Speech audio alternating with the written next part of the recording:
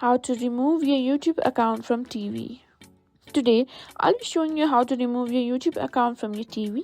If you've linked your account to your smart TV and now you want to disconnect it, don't worry, it's a simple process, so let's get started.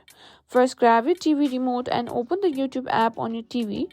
You'll usually find it on your home screen or in the app section.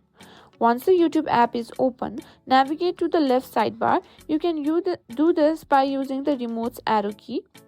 In the sidebar, scroll down and select Settings. This is where you can manage everything related to your YouTube account on your TV.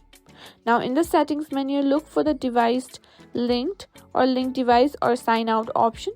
The wording might vary depending on your TV's operating system, but it will something along these lines. Once you found it, select sign out or remove account. This will unlink your YouTube account from your TV.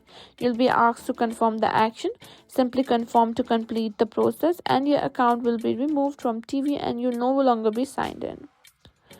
And that's it.